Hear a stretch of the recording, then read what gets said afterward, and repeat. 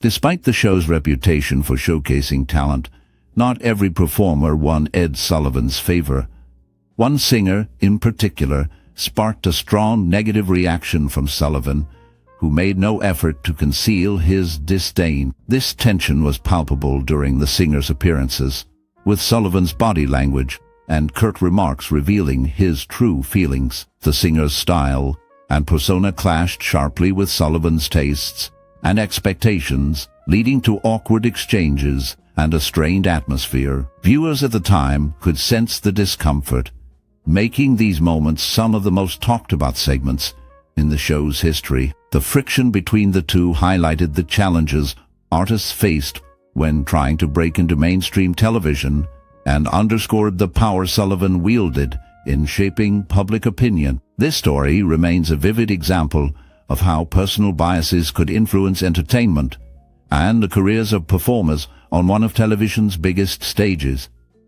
At first, Ed Sullivan was wary of featuring Elvis Presley on his show because Elvis's style clashed sharply with the wholesome, family-friendly image Sullivan wanted to project. Elvis's energetic dance moves and raw music were seen as rebellious and provocative, which made Sullivan concerned about upsetting the more conservative viewers of his audience. Despite these worries, Elvis's growing popularity among young people was impossible to ignore.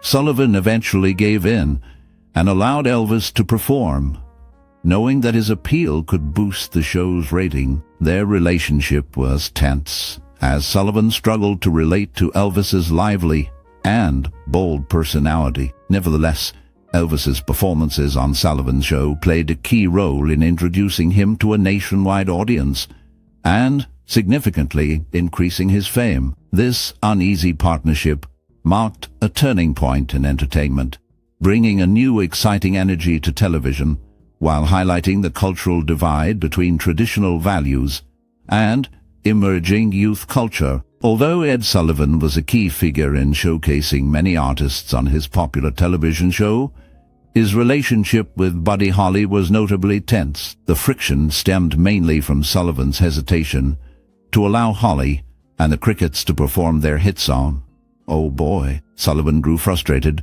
because the group did not seem very enthusiastic about appearing on the show, which clashed with his expectations for lively and engaging performances. Buddy Holly was known for blending rockabilly with country and rhythm and blues, creating a fresh, innovative sound that was quite different from the more traditional acts Sullivan was used to booking. This difference in style and vision led to disagreements over creative control, as Holly wanted more freedom to express his unique musical ideas. Despite these challenges, Holly's appearances on The Ed Sullivan Show played an important role in expanding his audience and securing his place in the history of rock and roll. In 1967, The Doors, led by their charismatic frontman Jim Morrison, were invited to perform on The Ed Sullivan Show, a popular television program known for its family-friendly entertainment and traditional values. Ed Sullivan,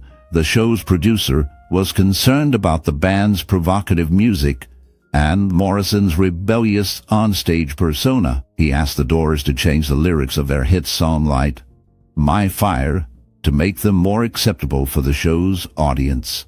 The band agreed to this request during rehearsals, showing a willingness to comply with Sullivan's standards. However, when it came time for the live broadcast, Morrison boldly ignored the agreement and sang the original, unaltered lyrics. This act of defiance shocked Sullivan and the show's producers, leading to the Doors being banned from ever appearing on The Ed Sullivan Show again. This incident became a defining moment in rock history, symbolizing the clash between the emerging counterculture of the 1960s and the established norms of mainstream media. It highlighted the growing tensions between artistic freedom and conservative values, reflecting broader societal changes during that era. The confrontation between Ed Sullivan and the Doors marked the end of any chance for a peaceful collaboration and remains a powerful example of the shifting dynamics in entertainment and culture. In the early days of rock and roll,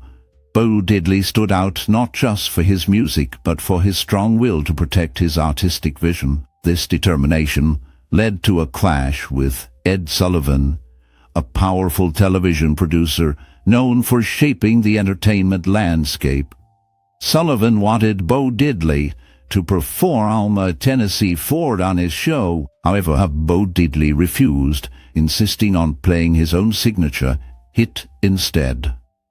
This refusal was more than just a simple disagreement.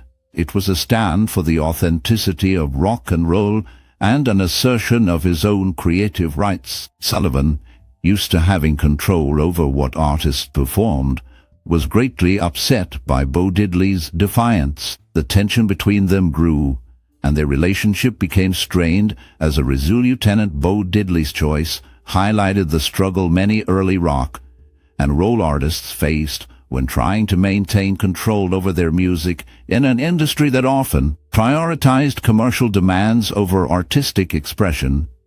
This moment remains a significant example of an artist standing firm in the face of pressure, shaping the future of rock and roll, and influencing how performers interacted with producers. During the 1960s, Bob Dylan emerged as a powerful voice in music, known for his sharp and meaningful lyrics that reflected the spirit of change and rebellion. His songs captured the feelings of many young people who were questioning society and its rules.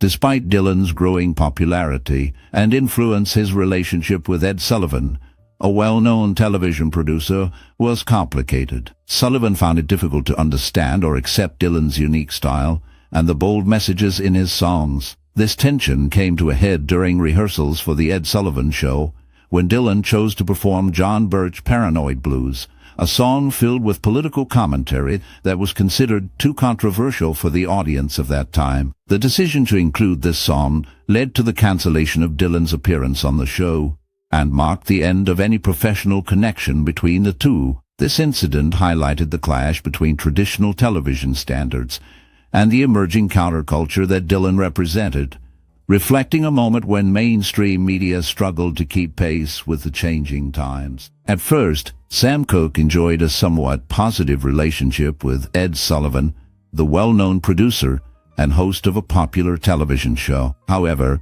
this relationship took a turn for the worse during one of Cooke's appearances on The Ed Sullivan Show.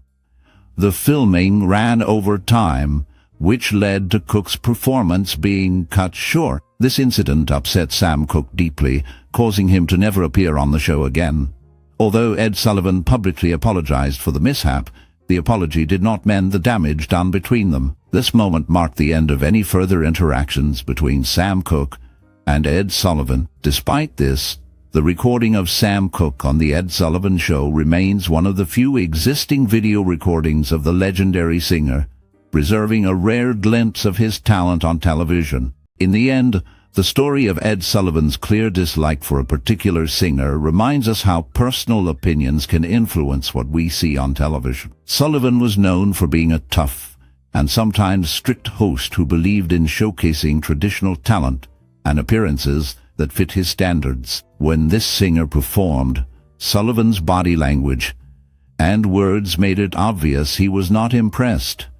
His disapproval created a tense moment that was felt by both the live audience and viewers at home. Despite the singer's effort to connect with the audience, Sullivan's negative reaction showed how powerful a TV host's opinions could be in shaping a performer's success. This incident also highlights how difficult it was for some artists to succeed on a show that held so much influence over public opinion.